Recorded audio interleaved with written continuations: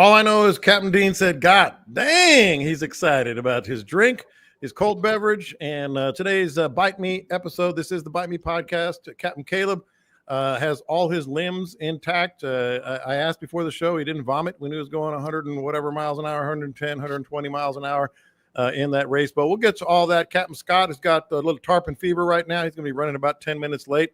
But let's get started. We got a lot to cover. Let me show you something real quick for those who are on the YouTube channel. And by the way, you can subscribe to the YouTube channel. You can certainly, I want you to subscribe to the podcast because that's where people can listen to us anytime, anywhere, Podbean, iTunes, Spotify. The group page is highly, highly recommended. In fact, even more so now than ever because we got stuff like this that we're showing on the group page. How about that? A little, I think that's a 35. That's one of the donations for the feeding frenzy from Nocera Paradise, fishingnocera.com. And I have in my hand the certificate that somebody is going to win to get that trip that includes, and I'll read it right here, in-house breakfast and cleaning for the whole week, half-day, 5-hour fishing trip, guided safari tour for up to 4 people, snorkeling, kayaking, horseback riding, fishing, etc., and valued at about $2,000. I think I put $2,500 on there because that's what I thought it was. But we're getting stuff coming in, man, hot and heavy for the Bite Me feeding frenzy.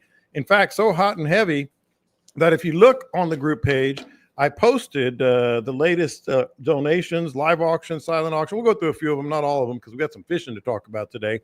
But right before I came on air, I got 4 more, just like that. Boom, boom, boom. 4 more donations.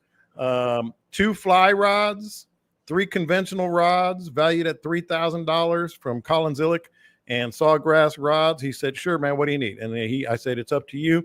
And he came through with about $3,000 worth of fishing rods from Sawgrass. You know how I feel about Sawgrass.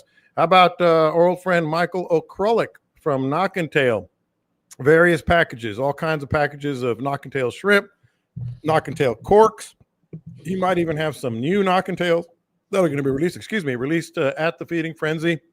And our guy, Randy Nickerson. Caleb, you know Randy pretty well. Two Laguna custom rods were donated about 5 minutes ago, and 2 Liquid Series rods were donated a few minutes ago. And they just keep coming in and in and in.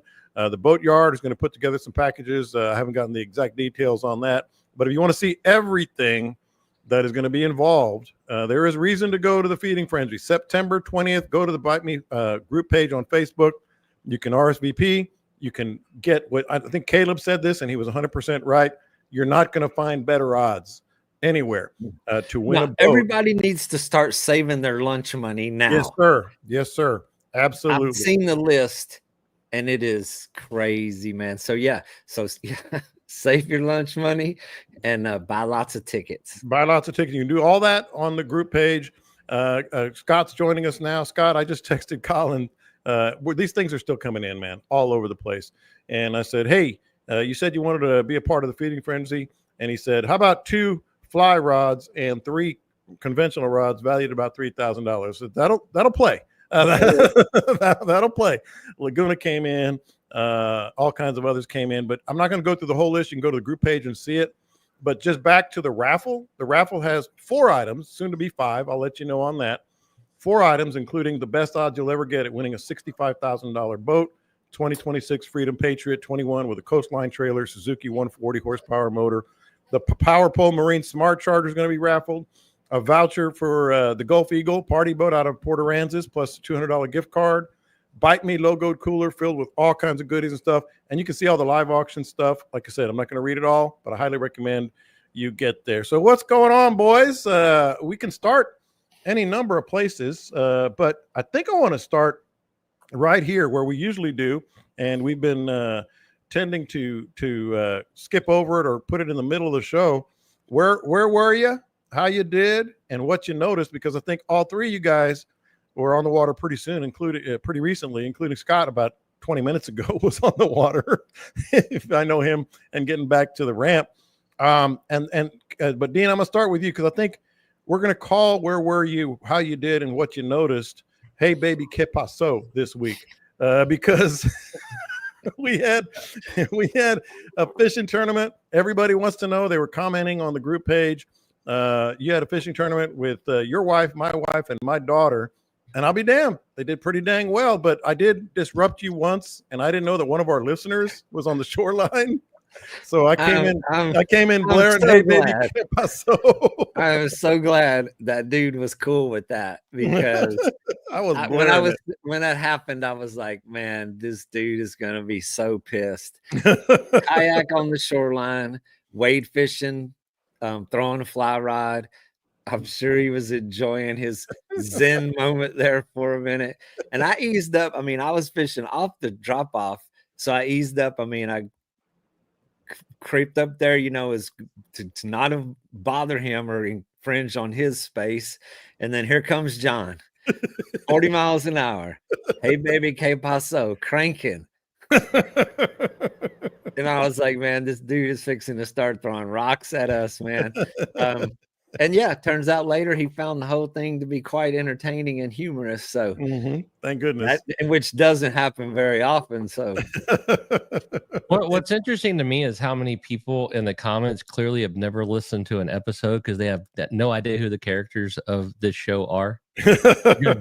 Y'all plumb pissed the comment section off. Yeah. I mean, that was even from the context of that. Oh, well, no, that was unrelated. That was the where I burned John with the drive-by. Yeah. And so the whole way the way that thing played out, we were done. Everybody's going home.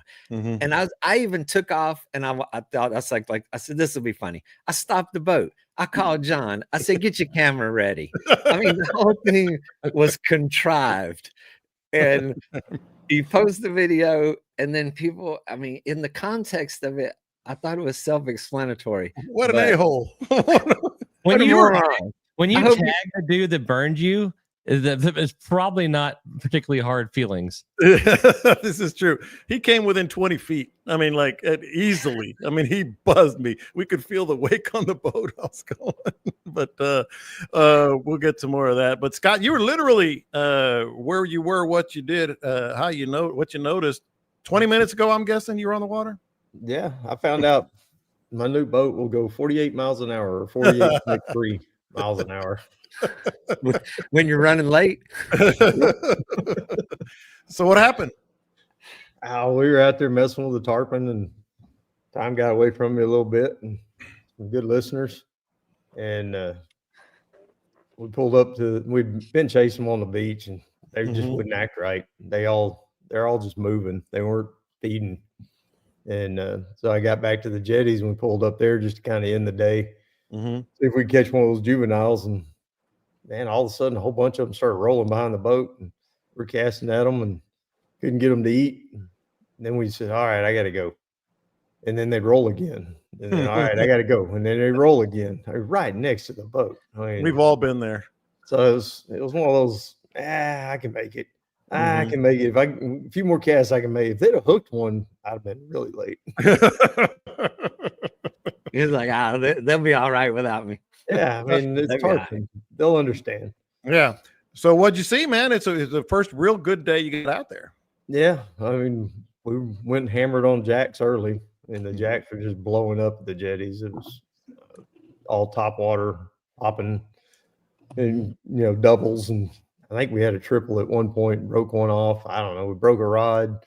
It was typical jack fishing, Broke a rod. That's just the way jacks are, man. They're big and they're mean. These were some of the biggest jacks I've ever seen. I mean, they were absolutely monsters, just big old jacks, and just crushing top waters, 5, 6, 7 of them at a time, coming to eat a top water.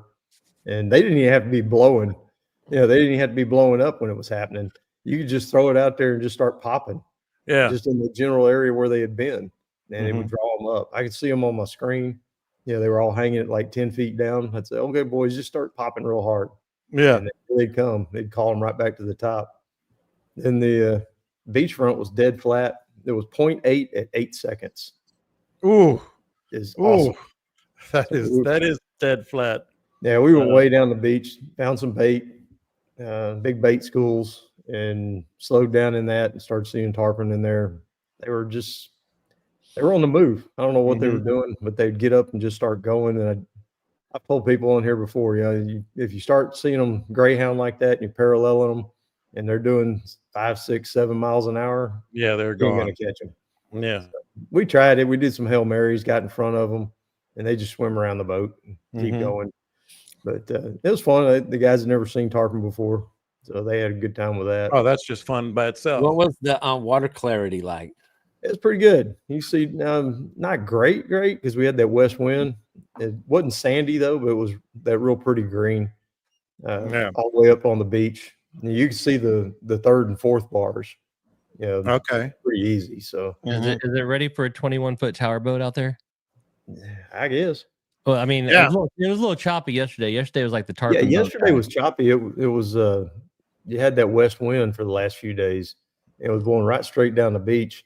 It wasn't bad, but it was just that constant chop. And I mostly stayed inside the J's. Well, yesterday I poled. I had the same guys, 2 of the same guys, had 4 of them today.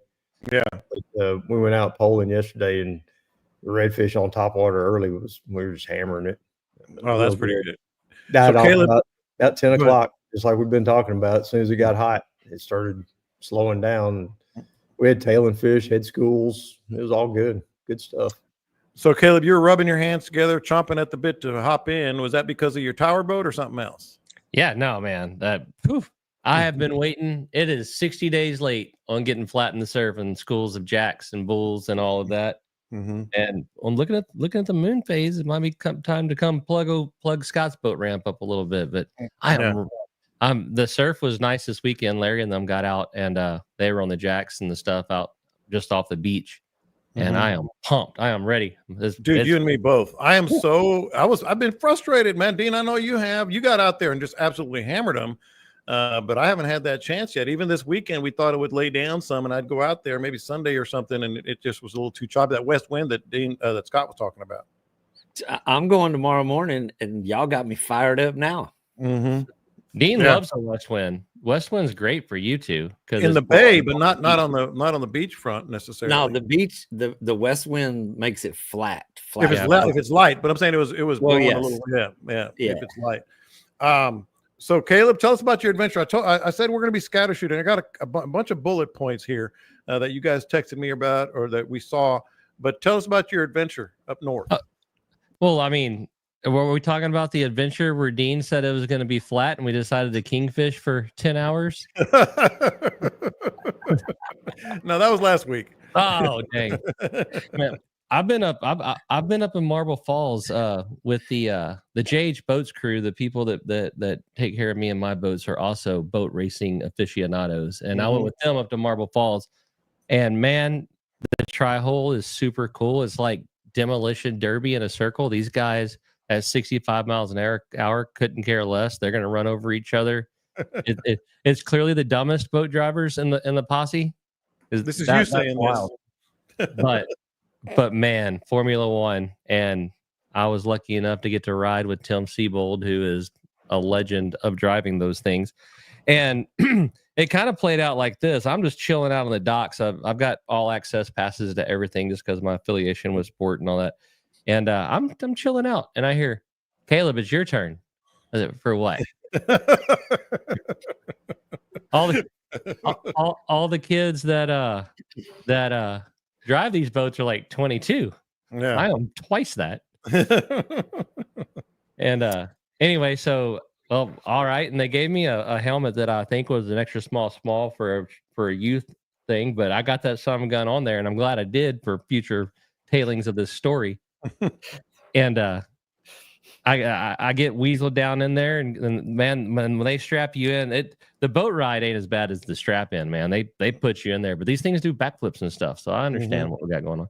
Yeah. And we get in, and I didn't use this word. I used a different word, but I looked at Tim. I said, "You ever do anything just so your friends don't call you a sissy?" And he kind of laughed a little bit. I said, "Here's the bad news, Tim. You're going to have to drive this thing like you stole it, because if you take it easy on me, it's going to be worse than not getting in it at all." Because we talk for a living. Yeah. And so we made a lap, and we didn't just completely air it out on the first lap. He does this first one where he kind of drives around. You see the course, and you got your radios and your comms and everything. He's talking to you and everything. and the cab is like filled with like gas fumes. There's something going wrong with the boat, and so we pull back over there and get up to the dock, and then they have like pit crews, and the pit crew just like jumps on the edges of the boat, and they start digging through the engine compartment and everything. And Tim's probably in his 50s, if not 60s, and so extremely experienced, and he clearly is not comfortable with this situation. At this point, we're like probably a fume bomb of some sort. And then John, my dude, he's the guy that like, put some duct tape on it, it'll be fine. Like these are two totally different ends of the spectrum. And they open the cowling, which the cowling is the entire back of the boat. And I just hear John go, I don't know where it's coming from, but it's not coming from the engine, so you should be good. You should. And Tim clearly isn't happy with the situation, but we're committed at this point. So we shut it down, and the windows like all like they shut, latch, and kind of like have these little side locks. And then we go do another lap, and this thing's filling with fumes, and our eyes are kind of watering. And I found out that being high and speed like really complement each other. And so he airs it out on the first straightaway, and we're running like 110, 120. And so if you feel you can't come off the gas for so many reasons. I learned a lot this weekend. They're turning 8,700 RPMs on average. I mean, our boat is 6,000. We're about to blow this up. They're turning 8,700 for fun. And I guess it's because it's so fast that if you come off of the gas like quickly, your prop comes off. The nut and everything just comes off. Yeah, I saw it happen this weekend. Somebody blew out in front of somebody that came off the gas. They go behind them, start spinning in circles because it loses this prop. So can't come off the gas for that. If it starts standing up in the air, like you can go right now and type in Formula One boat race wrecks. They become kites. There's very little of them in the water when they're hauling butt. And the slightest little breeze will shoot them up in the air, and they go up in the air about 15, 20 feet. Turns out you can't come off the gas when that's happening either. So these are things that were concerning me. And they said the motor, the boat is like crazy loud because of the water rolling on the bottom of it. They said it's when it gets silent is when you should be scared because there's not water on it anymore. So as long as we were making noise, I felt good about it. So anyway, we light it out down this straightaway, and like I said, 110, 120, something. Who's counting at that point, right? And the fumes, dude. And we got down, and what they do is they don't come off the gas. They trim it down. When they trim it down, it puts the front of the boat in the water. And the front of the boat goes water. You can turn as hard as you want to. And he did just that. And the fumes in the cockpit got way better because I opened my window with my head. Which is why I was glad I had the extra small youth helmet. Probably not recommended, to be honest. Yeah. And then I had comms, and I don't think anybody's recording them because all the way around the corner I was going, F you, Tim. And so I learned after, and I've been watching these boats go for 2 days. I did that Sunday morning. I've been watching them Friday and Saturday. So I knew that corner was coming, but there's no explaining. It's like 6 to 8 G's whenever. And I mean, to put it in perspective, Maverick Top Gun, he was pulling 9 G's and like, oh my God, he's a psycho. Yeah. Well, of course, he's doing that for 20 seconds. We were doing it for like 1.5 to 3 hours. I really couldn't tell. But it's a hell of a left turn. After that, I've started doing the whole thing where you flex your butt and hold your breath in all the corners. And I thought that was the bad corner. And then when we got to the other end, and there was a corner I didn't even know about down there, and that son of a gun was terrifying because you're flying straight at the foot of a concrete bridge, and then the concrete bridge is instantly behind you. And Tim's over there just driving along, like, talking through it, like, yeah, jeez. You flex your butt and hold your breath. Yeah, like that. Yeah, that's how you fight G-forces, John. I thought that's how you beat a polygraph. Didn't somebody say that once?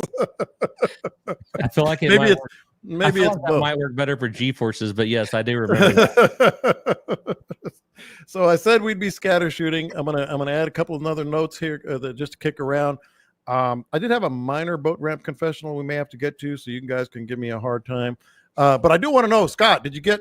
I tried to put out the call. Maybe somebody could help you with your skid steer. Some of the issues you had coming back from the hill country. Get any progress there? I got multiples. I mean, I got a whole bunch of them on the skid steer stuff. Got a guy supposed to send me an idea of what it's going to cost. He's supposed to be sending that to me today or tomorrow. The guys down at JCB at Boss, the ones that came to skipper. Mm-hmm. He came out to the house, looked it over, and took a bunch of pictures of it, and went back to try to figure out what it might be. But yeah, there's been, I don't know, probably at least 4 or 5 different ones have called and checked in on it and offered to help. Some private guys that are just mechanics, and it's been pretty cool. Well, that's what our listenership is all about, man. Helping. Speaking of which, Dean, shout out to you for doing the groundwork. And Slickwater came through, so we're gonna have a tent at the Feeding Frenzy this year, so people can kind of hang out. And your guy at Slickwater came through to sponsor that tent, so there's that as well. Now, yes, we're gonna have shade this year. We're gonna have shade this year. Hopefully, no rain, but shade this year. All right, so I want to get to Dean real quick. What you where you were, how you did. Forget the tournament. I mean, just some of the things you've been saying, because it's been erratic. At least the days I was there. I cannot forget that tournament. They burned in my. Now, well, I mean, just the week in general has been kind of typical of summer. Earlier in the week was really tough before the tournament, a lot of tough days. Tournament day, we caught a lot of fish, no contenders, but some good fish, and really fun. I mean, those guys, I tried to quit at 10 o'clock in the morning. I was done. We fished damn near 2 o'clock. 2 o'clock. Yeah. I mean, and every time I was mentioning, I tried to use it's time for lunch. It's hot, really hot out here. And there were one more spot. So that's hardcore. That's good. They did, man. They gave it hell. I give them credit. And we brought fish in. I mean, we brought fish to the scales. But there were a lot of amazing fish. I mean, you were there, you saw them, and there was a lot of redfish that were pushing right at the 28-inch mark. A lot of trout, and the ones that ended up winning were the ones that got the bonus flounder to go with the red and the trout. But so then Sunday, back to normal programming with drifting, throwing top waters on the flats. Had a great day, even a little better. We got the fish on Sunday that we wished we would have had on Saturday, which is kind of the way that story goes. And then yesterday, the flats are the tide is up good again. The tide is up. Yeah, I noticed where that. The shallowest flats have great water for drifting. I didn't go out today. I had some buddies that were out, just absolutely killed them. Told me there were schools of reds, mega schools of black drum roaming the flats. They said it was just life everywhere. So, trends come and go, but it seems like we're back on a good one. And then just like Scott did today, 0 wind. I'm headed to the jetties tomorrow.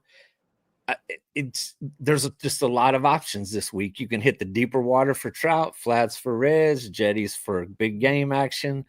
So, I mean, it's really good right now. Yeah, I do want to share this before we get into some of these other topics, because one of my big character flaws, or maybe it's not, is if it's embarrassing to me, I go ahead just to talk about it. You got to lean into it and own it. So when we were fishing, and I was smack in the middle of catching it, I had a really good weekend. I caught a bunch of redfish, nice trout, all that whole nine. But I was smack in the middle of it, and you get excited. So all of a sudden I cast, and I had one of those backlashes that I didn't want to mess with. It was bad. So I ended up cutting it real quick, get the line out, get my cigar. I got that. I love that line. It was my fault that I backlashed. So I cut everything out, wadded up all the lines so I didn't throw it anywhere, put it in my pocket so I could remember to put it in the trash. Got my new line, tied it all up, tied the knot, started reeling to reload the spool, and I'm reeling, and I'm reeling, and I'm reeling. And then all of a sudden, the big wad of stuff that was in my pocket comes up to the front of the reel. I had tied the line that was in my pocket rather than the line I got off the spool.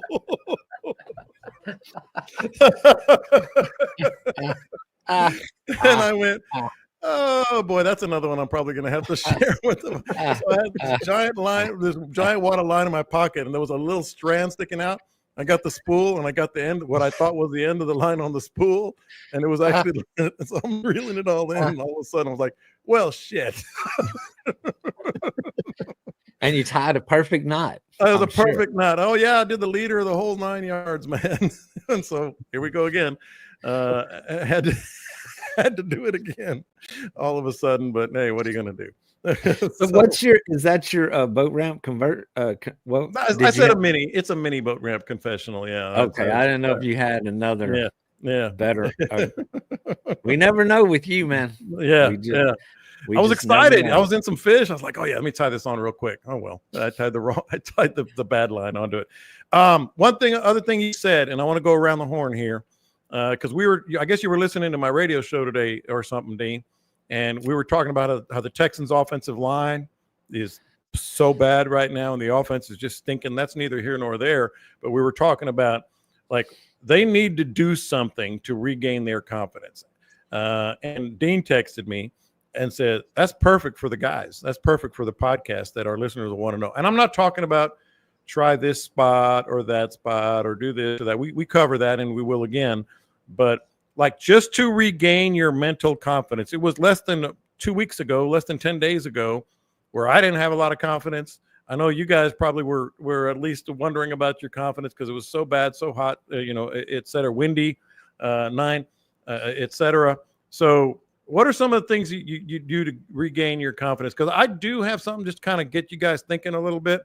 A lot of times I always like to wear those dry fit shirts fishing. I used to wear a classic fishing shirt, but usually I just wear that going out. So I'll put on an old school fishing shirt from back in the day, the Columbia or whatever. And I'll just change the style of shirt I have to regain for some reason, it makes me more confident. Like it's old school, but it could be something silly, something like that. But what do you guys do to sort of just regain that mental confidence? Drugs help. It was funny listening to the show today too, with all of the comments that were coming in. Yeah. Music. One of them was music. I almost said, our favorite song. And music, of course, music is always one that, we've talked about that before, on the way to the boat in the morning, what do you do to get kind of pumped up a little bit? That's a good one. And it was interesting that today people had so many comments about food and treating yourself to something nice. That was kind of interesting. With me, as far as fishing goes, man, I take a day off. I like to get away from it. Yeah. Whenever I'm just like taking ass whipping after ass whipping, I want to get away for a day. And then when I come back, I feel like it's time. Mm-hmm. Get away and then find like when I get back on the water, it's provided I don't have a trip or something, I've got to lie to people and tell them it's going to be good. But we don't do that ever, right, Scott? Yeah, never. No, I'll get off the water and then just wait for something that I like to see, whether it's a tide that I like, whether it's a different moon phase, something like that. Something I can convince myself that I won't suck. Mm-hmm. And then I go out there. But man, if I do suck, then it gets tough. Then I guess I get me a new shirt or some shit like that. Yeah.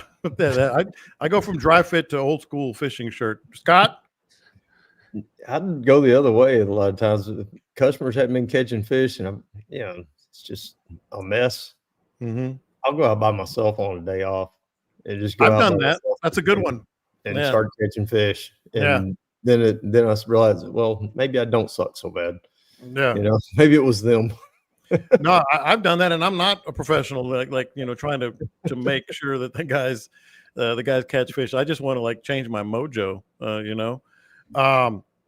One other thing, Scott, is I'm still scatter shooting here before we get into the topics, which is already half the show, but it's been fun. I want to know about that storm yesterday, because you talk about mojo. I'd like to think that I would have always kind of been, which I do pretty regularly, check the radar if there's maybe something on the horizon, or check the radar. But I can't promise you if I was offshore. How far off were you?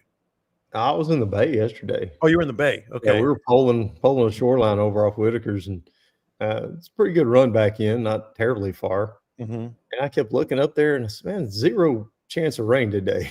Mm-hmm. That's what they kept saying, 0 chance of rain. And I kept looking at it, and the guys were talking about their wives had texted them that they had storms in Houston. And so it's too far away to be seeing any storms coming from Houston. Mm-hmm. And then I had Dean's voice in my head saying, "Them sure is some funny looking clouds." Because all of a sudden we had the self clouds started forming, and I looked at the radar, and it was one of those big bows, just Mhm. like when Dean and I got caught out there on that deal in the kayaks. When that bow forms out in the front, it's coming hard. Yeah. And I told the guys, I said, "Wrap it up, boys. We got to go." Mm-hmm. And we raced in, and I cut every corner that I normally don't cut, Mm-hmm. and jacked up that motor. And we're flying across, and one of the guys is looking out the side. And Eric, he's kind of leaning over, looking out the side of the boat. He kind of looks back, and about the time we start ticking bottom a little bit, I had jacked all the way up and running full out. And we're ticking bottom. We couldn't have been running 2-3 inches of water in that Sabine. I mean, we were flying across there. Mm-hmm. And he said, "Did we just touch?" I said, "Yep." Yeah, we did. We hit the dock and pulled up sideways to the dock, tied off, and it hit. Mm-hmm. And I was just looking at it just then. It went from 5 miles an hour out of the southwest to, I think it was 42 miles an hour out of the north. Jeez. Just in a There was matter of 50 and seconds. 60 straight lines in that thing. It was insane. Out of nowhere. Completely out of nowhere. And there was garbage. We were sitting at the dock there at the fishing center, and a rake came flying by from the front of the place and went in the water. There wasn't a lady riding it. Cito's got a bunch of life jackets that are loaners that they have sitting on a rack out front. A couple of those went flying by and landed in the water and took off. And 2 garbage cans came flying from around the corner and bounced off the dock, went in the water. There was gravel that was flying. It wasn't just dust. There was gravel buzzing around. It was pretty intense. I was driving home one day, and there was a sure enough tornado. I think it ended up being like an F2 or an F3 in South Texas, which is crazy. Mm-hmm. And I'm on the phone with my mom, and I said, "There's a big ass tornado crossing 799."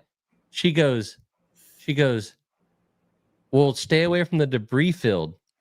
And I was like, "What do you mean?"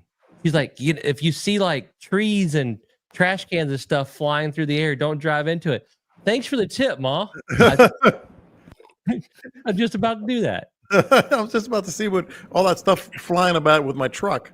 and what's yesterday, whenever I had got in, and I guess Scott texted, I guess that's where I heard that from, when he was telling us about the crazy weather. And I read that and I was like, what the hell is this boy on? I'm like, it is freaking 200 degrees out here and not a breath of wind. Right. And I walked out the back door. I'm like, what is this boy looking at? And when I walked out there, it was right when it hit, and the dust cloud blew through here, and it did the same thing. It was blowing garbage cans down the street. It went. Oh, baby. Yeah. That's the wind. Mm-hmm. So that's the wind graph. It probably hit us straight down. Yeah, it hit us like 45 minutes, an hour after. I mean, it might not have been quite that long. And that was the air temperature. Yeah. It went down to nothing. Yeah. Air temperature went from 87 to 72. Just like that. Immediately. It was coming down from it's cold up there in the stratosphere. But again, that like, just for our purposes, our listeners too, like, that's summer, man. Like I said, I can't tell you for sure that I would have been looking at that radar. Maybe the clouds would have given me a little bit of a hint, but maybe then it's too late. Because you coming back into that stuff on the water. So did you have it behind you at least as you were running? No, I was having to run into it. Ooh. It was coming from the north, and I was in the south. Yeah. Ooh, hey. Yeah. And all I was doing was I was watching the water tower, the Port O'Connor water tower, and I was like, man, if that water tower disappears, I'm in real trouble. Yeah. Yeah. And I got to the dock before it disappeared. Mm-hmm. Well, and that's what you got to kind of keep your head on a swivel about, because that totally unexpected, completely unexpected. All right, so let's get into this this topic here. And again, you got to set your ego on the side, because I was chatting with the fella at Master Hitch, Scott Pinkley. I was over there just getting some stuff done, and he was asking me what my best oh no trailering story is. And mine's probably about 15, maybe a little more years old now. But we all have those trailering stories, and we talk about boating a lot, but not the oh no. I have two, and I think I told one of them on this several years ago with Scott. It might have just been Scott and I. So I was driving. This is when I was trailering my boat to Trinity Bay every week, and I'm going through Liberty, and sure enough, I'm going through. I can see the McDonald's right now. There's a McDonald's to my right, and I'm driving, and I just hear crash, and the back of my truck just starts going like this. And I actually played it. I was pretty proud of how I played it. I tapped the brakes, let go, tap the brakes, let go, just so it wouldn't hit me, but also I could let it slow down. The hitch came off the knob, and the trailer was just holding on with the safety chains. And I was just dragging my trailer the whole time. And so right over the rail, I got over the railroad tracks there and pulled to the side by that McDonald's. And if you ever tried to lift a tongue with your hands, it's not easy. It's not the easiest thing in the world to do, to put back on the. I forgot to clip it. Just flat out forgot to snap it in place. Rookie mistake. That was one. The other one I felt so bad about. I still feel bad about. It was when I was in my old Scout, and I think we were going to Sabine, and my daughter had been wanting to fish. Leah had been wanting to fish with me and fish. She was in high school. She had a spring break or whatever it was, day off. And I said, let's go. We're good to go. Got everything set up. Got her all hooked up. We're not even 5 miles from the house. And she looks in the rearview mirror and she goes, Dad, is that smoke coming out of the wheel? I said, oh, shit. I was like, oh, crap. Just big old whatever it was that burned up in there, the wheel, the bearing, and whatever it was. And so that fishing trip that she'd been looking forward to for like weeks, we just turned around right there and got it done. But we have those. What's your oh no fish trailering story, boys? I've lost one off the ball, and you're right. It's a hell of a happening. But it's really best to pull over right after, because then you can use some of that adrenaline to get that thing picked back up. I had no idea it was going to be that hard. Yeah. Some guy came out of the McDonald's to help me pull it up. Yeah. There ain't no way I could pick my boat up. Hell, I have a hard time picking up the trailer when it's empty. When the boat's not on there. Yeah. To put the thing on the bow. The best one I've got. Luckily, the 2 times that I had incidents like that, they were at slow speed. One could have been dangerous. One was quite humorous. One was driving through Aransas Pass, and a wheel bearing went out, and it went out so quick, so bad that the wheel was wobbling. I mean, it wasn't making noise. It gave me no warning. And as I turned a corner, it must have just put it in a bind enough where it bent, or it just knocked the outer past the nut to where the wheel came out halfway on the spindle, and it was wobbling around. And I mean, it was like in a side road where I could pull over, but it was one of those deals where I wasn't going any further. I went home, got tools, jack, auto parts, and ended up sitting on the side of the road replacing bearings and spindle. But the funniest one, and I've told this story before, but it's worth telling again. So I backed up to the boat ramp, and my Scout it's flat, so you can run it up on the boards, and you don't have to attach the hook. If you go nice and slow up the boat ramp, you can just run the boat on the trailer, get in the truck, and pull it up. So I get in the truck, and as I'm pulling up, my buddy Alberto from Italy was standing there looking at me. He was walking up the sidewalk. Oh, they were in town. And he's talking to me, and so I'm in the truck, and as I'm pulling up the ramp, he turns around with this shocked look towards the boat. And I look in the mirror, and all of a sudden, whoa, there's no boat on the trailer any longer. And it slid. I went too fast up the ramp, and the boat slid completely off of the trailer. It was half cement, half water, and it was close enough to the water where we could actually go to it. Yeah, but you're scraping. You're scraping. Oh, yeah. Yeah, I put some good scratches on it, but it was still close enough where 2 of us could go push the boat back in the water. And ever since then, I have put the hook on that. No kidding. I learned a lesson that day. But yeah, it was crazy, man. I was like, day's over, man. We're fixing to go have a nice little evening. And I'm going up the ramp and boom, boat's sitting on the cement. Scott, you've trailered a lot. Yeah. Well,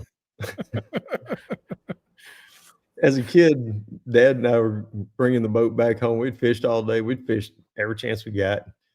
And I can remember pulling up, and then he was going to back it into the driveway. And as he made the turn to back it into the driveway, the wheel fell off. The bearings had busted. We made it all the way to the house. And it did it right in the driveway, right on, half on the driveway, half in the street. Oh, hell, I'll take that in a heartbeat. Fell off. Yeah. It was really nice and easy. Mhm. But the worst one was, I think I've told you that before. When I was running that ranch down in Refugio, they had a boat there. Mhm. And it was way up on top of a hill, and it went way downhill to a 60-acre lake. And then they had a little boat ramp down on the Aransas River. Mhm. And it was pretty damn steep hill. Had a wire catch fence, like goat fence across Yeah. there. And I was sitting up there, and I needed to move that boat out of the way for something. I don't remember what it was. Mhm. I hooked it onto the truck, and that thing had a terrible hitch on it. It was an old boat, old trailer, and I couldn't get the thing to latch. Couldn't get it to go down. I said, I'm just moving it around on the parking lot, Easy. It's a driveway. It won't be Yeah. any big deal. Piece of cake. I went, as I made the turn, I felt the truck get light. And I looked back, and the trailer has come off the hitch, and it's going downhill. And the way it was balanced, it was going downhill so fast that the front of the boat was staying up, and it wasn't Mhm. digging in with the front of the hitch. It was just kind of skimming along there, and it went down the hill. He And was hit- going down the flats. and it hit that fence after about 50 yards of going downhill. And I thought, okay, the fence is going to catch it, right? Mhm. Nah, it just took the whole fence with it and just smashed through the fence. Well, then it's going down the hill, and there's a big old, huge, gigantic mesquite tree. And it's going right straight at it. And it's picking up speed. It's getting faster. And I'm like, no. And it veered a little bit left. And it went around that tree and went around the next tree. And then it slowly ran into the last tree and just barely hit it when it hit the bottom of the hill and then flattened out.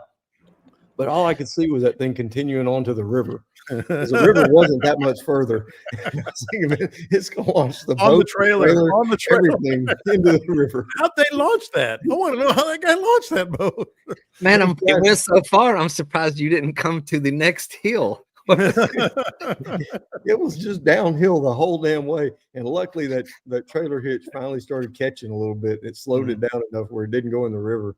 But the whole time I was just sitting there scratching my head as it was going, thinking, how am I going to explain this? Yeah, when you did, you had to explain it. I've been I didn't. I talking just about the fixed the idiots fence. that come out here and tear up stuff for 6 months, and here I am. I just went down there, hitched Yeah. it back up to the truck, latched it, and then I went and fixed fence for the rest of the day. And so the thought of how am I going to explain this? Didn't the thought of how am I going to get this out of the river override any of that? Well, he parked at the top of the hill watching the whole thing happen. It was just like slow motion, but it was going pretty fast. I was thinking, man, this sucks. This sucks really, really bad. And then it turned out it didn't hurt anything, didn't mess the fence up, but hell, I had Yeah, it just fencing. hit the tongue of the trailer, right? Yeah, and he just wrapped it around the tongue of the trailer and just drug about, I don't know, 100 yards of fence with it all the way down the hill. Like a Scott's fence face post. in my mind looks like Ferris Bueller when he's taking miles off his dad's car. Yeah. It's not working. It's not working. And this is why, like, we've all seen those videos, like somebody on a highway and then there's a boat just passing them, by Oh, itself. yeah. I never really laugh too much at those because, if not by the grace of God, it can happen to anyone. It can absolutely happen to anyone. Man, in spring break down here, it happens all the time because their boats have been setting, Yeah. and that's whenever they do road trips from a long ways.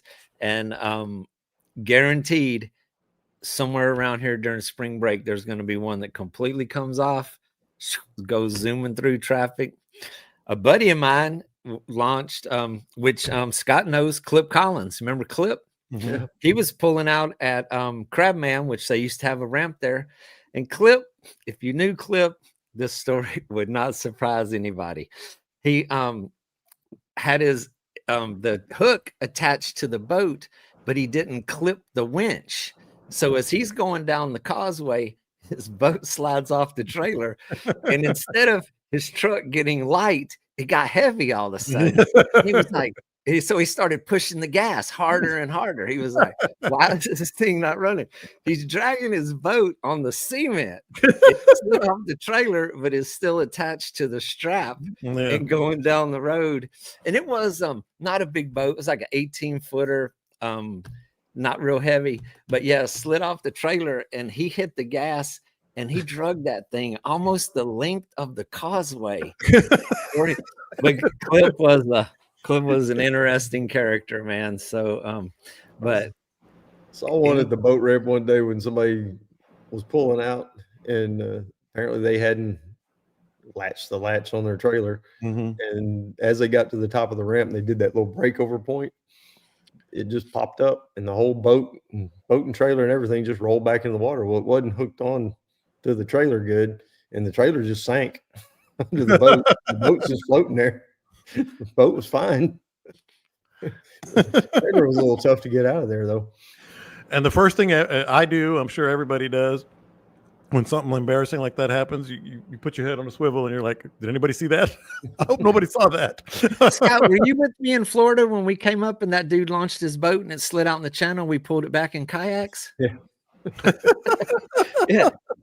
Yeah. We come paddling around the corner and the boat's out there floating in this creek, and the dude's standing there on the bank and actually kayak towed a boat back to the ramp. Jeez. Don't see that every day. So we got a couple more things to get here for sure. We got plenty of time, but when I was talking to Scott, I was like, all right, give me 5 or 10 minutes, because I knew this discussion would be lively and good. I said, just give us some advice, etc., real quick, and I'm going to share that right now with our listeners. All right. So here's questions we got. You know what? Let's go to the co-hosts here. Would you rather do clearing the inbox from listeners, or why live and dead baits are more effective this year? We're gonna do them both, but I'm gonna go to the co-hosts here. What do you want to do? What's the question? We get to clear the inbox. Clear the inbox from listeners, or why live and sounded dead baits are more important. And I was typing I had a thought somewhere else for a moment.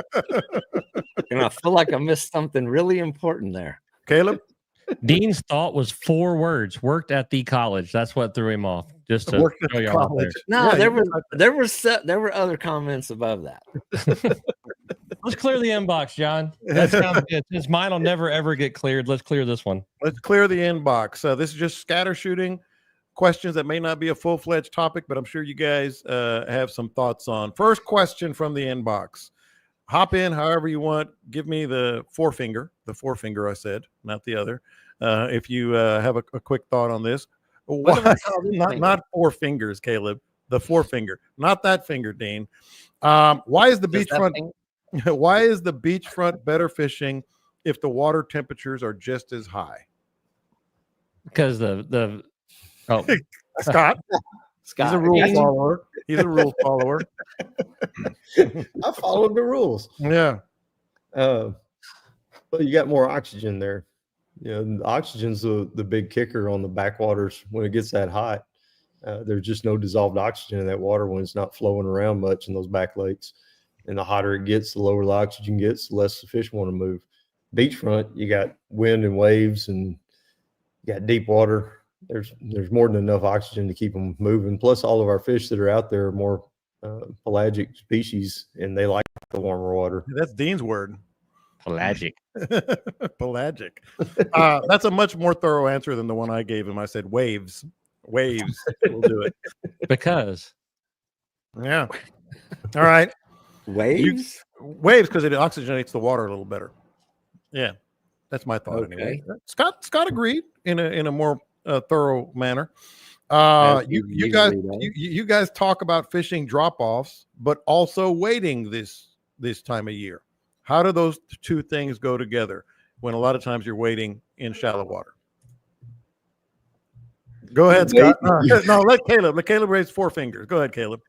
You wade near the drop off. That was my first thought, but he said a lot of times it's just not. Well, it's hard you to gotta, find. what's the severity of the drop off? Are we going from 6 feet to 12 feet? Are we going from 2 feet to 6 feet? You know, and what me and Scott and Dean quite often are talking about is the 2 feet to 4 or 5 feet scenario, or 1.5 to 3 feet.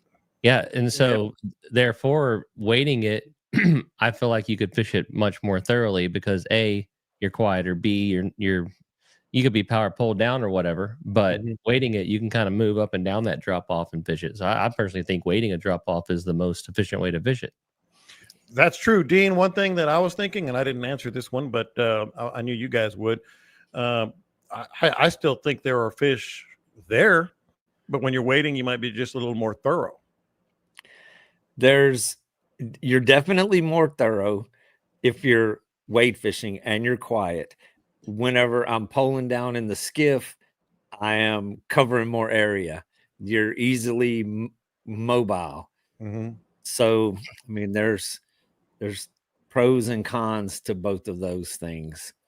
Wade fishing is definitely stealthier. It's quiet. It's thorough. It's patient.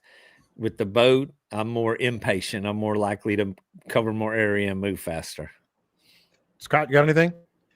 Just the way he had asked it, it was kind of funny to me. Yeah. Well, how do you put it? You guys talk about fishing drop-offs, but also wading this time of year. How do those two things go together? Well, you wade until you can't. If it goes over your head, back up. I hadn't thought of that. When you're casting like this, and we've all done that, it's time to maybe back off a little bit. Yeah. When you slide off that edge, there's your drop-off. Yeah. All right, here's a good one. Is casting distance more important in the summertime? And he actually put a little context there. My buddy was out casting me by 5 or 10 yards last week and caught more fish. Am I reading too much into distance? So that might be why I catch more fish than Dean and Scott every time I fish with them. Now that you mention it, blah blah blah. So we need more context. Were those flats or was that a drop off? I don't know. Yeah. On the flats, I would say no, that it's not that important. But if you're fishing the edges of the drop off and there is a grass bed out further, if there's a little hump that he's reaching, then yeah. I mean, you're not getting to that sweet spot. Go ahead, Caleb. The real solution to it is watching him. Is he catching him on the end of his cast? If he's catching them where you can't cast to, walk up 5 to 10 yards or something. Because like Dean said, I feel like he's either reaching something you can't reach, or he just working his lure or has the right lure or something like that. Yeah. I don't think that distance is that big of a deal. Dean and Scott, neither one of them cast very far, and they catch plenty of fish. And here's something that may relate to that, because lately fishing the deeper water with soft plastics has been very technique oriented. They've really been closer to the bottom. So the trick has been to cast, let that thing sink. If you're fishing in 5 or 6 feet of water, you let it sink. You want it to touch the bottom before you start your retrieve. Then a couple of really sharp strikes, boom, boom, boom. You make some noise with it, let it settle back down to the bottom. The casts that have stayed attached to the bottom, not working it up in the column, have been getting hit. So much like Caleb said, it could have been way more technique than distance. Yeah, and Scott, that ties in with what I was going to ask you as a follow-up on this. One thing that I thought of on this is, don't watch where his lure is landing, watch how he's working the lure, because maybe that might be as much as anything. Yeah, watch how he's working, but also, if he's catching the fish closer in, where you are casting, you can make up for a little bit of distance by throwing out there and free spooling once it hits the water and let it settle straight down. If they're deep, like Dean's talking about, and they're down on the bottom, say you're knee deep throwing on a drop off that's 4 or 5 feet, just free spool it and let it fall straight down. If you click it immediately, then it swings back towards you, and you're going to lose a few feet there with that swing. But yeah, I mean, you got to watch what he's doing more than just the cast. Yes, You know, that's what I said. just the distances and everything. Mhm. All right, go ahead. What you do is you watch, and where he's catching the fish at, you cast there. Yeah, Like- that's what Caleb does. I Dean, watch- I don't know about that. I think I've seen you do that to me a couple times. I watch Dean's top water like a hawk, and if there is the slightest disturbance around it, there's a plastic falling 2 feet behind it. Yeah, we're out there drifting. Caleb's not even casting. I'm over there, boom, boom, man. I'm working it. He waits for a blow up behind my lure, and then zing, here it Yeah. comes. Man, I had. Dean, you're one to talk. Yeah, I You've know. done that to Dean's me. I done that can't to tell me. you how many times. Exactly. Dean does that. Like I'll have a blow up, and We're not talking about me right now. We're talking about Caleb. Stay and on he just task. turns and casts sideways. I'm like, oh Lord. I had the coolest blow up on a podcast. On a top water the other day, and I know you guys have had them. I've had a few over the years, but you know how they chase the top water. The whole fish was out of the water at least 3 feet behind my lure. I mean, it was at least maybe 4. I mean, you could see the back, like his shoulders, just the whole way. And I actually said, here he comes. And right on cue, he just exploded on that thing. That was the coolest. I wish I had a video of that. I mean, If you had the light in your favor, there's days you can see their eyeballs yeah, right See, at the water line. If I was fishing with you, I'd have got a plastic between you and that top water. Right by the time you said, here he comes. And that was all day yesterday in the morning.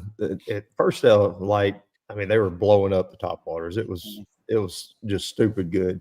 yeah. And then as the sun got up just a little bit, they started smacking them a little and then slowing it down. And then, they weren't just crushing it. They weren't committing to it anymore. And I was up on that polling platform thinking, man, if I had a soft plastic, I'd be catching the hell out of fish right now. Yeah. It was cool. It looked like a submarine Right in there. It See, looked like a Scott was submarine in the thinking, movies if, just he's coming like, up. if I had a plastic, I'd be catching all of these people's fish right now. All right, one won't more. mention if you can't help your friends out. Exactly. All right, this is the last one to clear the inbox. And by the way, you can message me however you want: Facebook, Twitter, Instagram at Lopez on Sports on Instagram and Twitter, and of course, message me on the group page, direct message, whatever. Here's one more clearing the inbox. Scott, I'm gonna start with you on this one, but I know you all have experience with this. I do not have a trolling motor or spot lock. What are my options to stay at or near the jetties when I'm fishing the jetties? Buy one. we haven't Yeah. always had, we haven't Honestly, always had. I mean, that honest answer, buy one. Because I did the thing with the anchors forever. Yeah, you talk about miserable. I mean, it changed the whole game, getting a Yep. trolling motor with spotlight. I mean, Yep. that absolutely changed the game. And there was still a lot of guides around here, even when that came along, that were still doing the anchor at the jetties. If you try anchoring at the jetties, you better bring 2 or 3 anchors. 'Cause you ain't getting them all. You ain't bringing them all home. And your boat's going to swing, with the tides and the crazy, the winds and the tide moves different directions.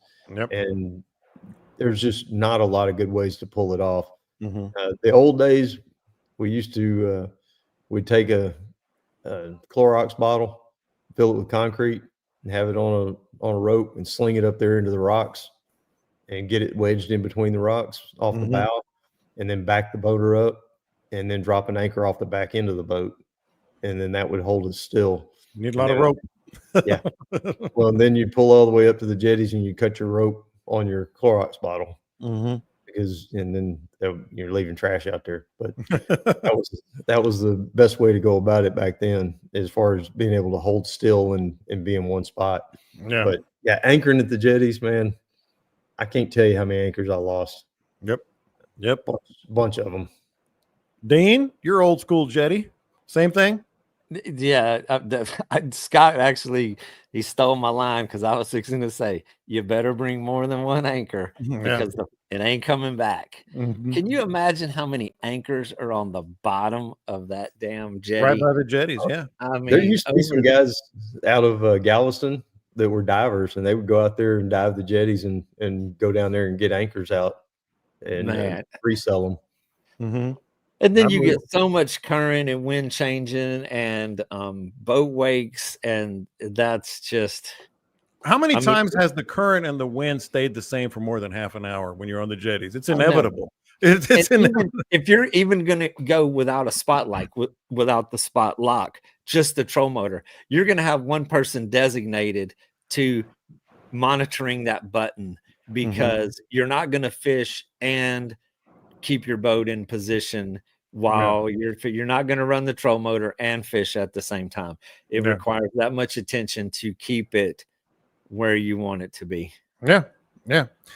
All right, let's get to what would the boys do. A couple other things here on the Feeding Frenzy. We have the menu set. It's going to be fajitas and sausage. So we got your first 200 meals. That's already been done. I think we're pushing 300 RSVPs. Don't forget to go to the Facebook page, and you can see all the cool stuff. Literally, I just got an email from someone who was talking about donating something. I haven't read it yet because we're doing the show. So something else just came in. It's unbelievable. And I did speak for Caleb and Dean, and we can adjust maybe that one of those live auction or both of those live auction trips. We have houses in Port O'Connor, house in Matagorda, which, by the way, that came courtesy of Lower Colorado River Authority, Caleb. They're going to donate 2 bungalows at their state parks or one of the state parks, so right there in the Matagorda area. Good place to be at. It's a great place. So how about that? Lower Colorado River Authority came through. So I spoke for you guys and said you could throw a trip in, which I know you always do anyway, but I hope it wasn't. Are we good? You good? Throw a trip in Port O'Connor, trip into Matagorda with those stays? Well, we'd be a real asshole if we said no now. You would. That's why I said it on the air. I'm going to go ahead on and say that Caleb and Scott are going to donate a trip to There you go. There you go. So that just leaves Dean, but we'll get to that maybe next week. All right. What would you do? You know what? Go on the Facebook page. Do that. I talked Scott into donating the second one last year. You sure did. That was both after we were about 10 beers in, because people kept putting beer in my hand. Oh, did I say open bar? Yeah, open bar as well. So it's getting exciting. We're getting a bunch of stuff popping just over a month away. So get your RSVPs in. All right, the fish forecast. It was gone in a flash. It was gone in a flash. Oh yeah, I see what you're saying. What are we going to do this weekend? What's the wind going to do? What are the strategy here, Dean? I'll start with you. Actually, Caleb, I'll start with you. You look ready to go. Looks a little choppy in the surf, so it's back to your summertime stuff. If you wade early, late, I'd drift deeper water. If I had a river, actually, I need to go check the river. The river might be good by now. Yeah. If I had a river or something, deeper water, river, jetty, something like that, I'd probably be inclined to go fish that. Deeper water, unless it's early or late. Plastics probably kind of low, like Dean said. Top waters at daylight and right at the hour before dark. That's pretty well what we're going to be doing for a good while until we start talking about a cold front. Yeah, I got less than go ahead. I got less than 5 mile an hour wind every morning for this week. Yeah, and I'm looking at Saturday. It's the high wind until about noon is 9 miles an hour. Yeah, I'm talking about it's more like one plus foot waves at like 3 to 5. Oh, gotcha. That's what I'm talking about. Yeah. I'm going to the jetties tomorrow because it looks really, really good for that option tomorrow morning. And then, like I said earlier, I mean, there's so many good options right now. The tide it's coming up to the full moon. We're like the week before the full moon now. So we have really great tides, high tide in the morning, going out, pretty quick, 9, 10 o'clock in the morning, it starts turning.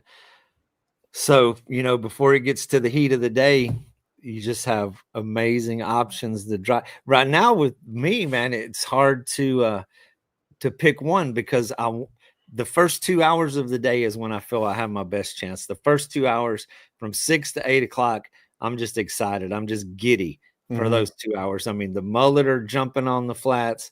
So, you have to pick. Do you want to go to the drop-offs for those trout early? Do you want to hit the flats for redfish early? Do you want to hit them jetties for them kingfish? So I just wish there was 3 of me. The rest of us are glad there's not. Scott, I know I don't know what you're going to be doing, what you're going to say, but I know the beachfront and offshore is probably in your future. Well, yesterday I polled with these guys. Today we did the beachfront thing, and tomorrow they want to go wading. Okay. And since they want to go back on those reds that we were getting on the top waters, but since I have a poling skiff and there's 4 of them, we're not going to be able to do that from the poling skiff. So Yeah. they've convinced me that we can go wading, and Okay. so I'm going to run a wading trip tomorrow morning, and then Thursday I don't have anything going, but then Friday I'm back to beachfront and tarpon, and then Saturday I'm back to poling again.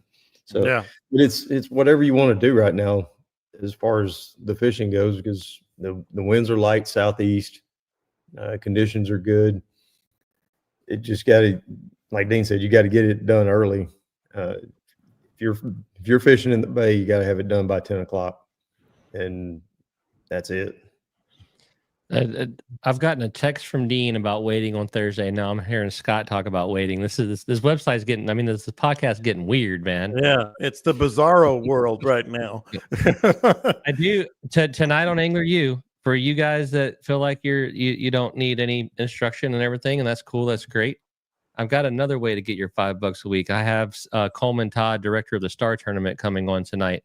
So if you love the CCA or hate the CCA, for $5, you can come tell him about it. Now, I prefer you to be nice, but $5 is $5. Yeah, it is. It is. Well, all right. Great show, man. I had fun today, and we covered a lot. One more thing to add, though. Yeah. Tonight at the Poor Mads Country Club in Rockport, the CCA Anglers Night Out has what was her name? The tarpon snook girl, Melissa, Elizabeth, Alyssa, something. Terrell, something Terrell. She's the guest speaker. She's the speaker at Poor Man's Country Club, 7 o'clock tonight in Rockport at CCA Night Out. Yeah, and she is brilliant when it comes to tarpon. Scott missed that one, but she is fantastic, absolutely fantastic. And I'm looking at it right now, and I can't remember either. I wish I could. Her last name's Tiller. We went to high school with her dad. Tiller, yeah, Isabella Tiller. Isabel. Yeah. Isabel Tiller. That's it. I was close on both of them. Yeah, Melissa's close to Isabel. I remembered how smart and interesting she was. Yeah. And so we're gonna go over there and check that out this evening. And book our guy. CCA. Scott just said he has an opening Thursday. Put that man to work. He needs work. Book Scott, book Dean, book Caleb. You will be glad you did. And you can have your own little private podcast out there, which I know they do when they get out there with our listeners. So, all right, boys, the great show, fun show. Don't forget about the group page and RSVPs and all that good stuff. You guys have a great week, fantastic weekend. Catch them up. We'll talk to you next time. Don't be judging my offshore boat sitting on the flats tomorrow.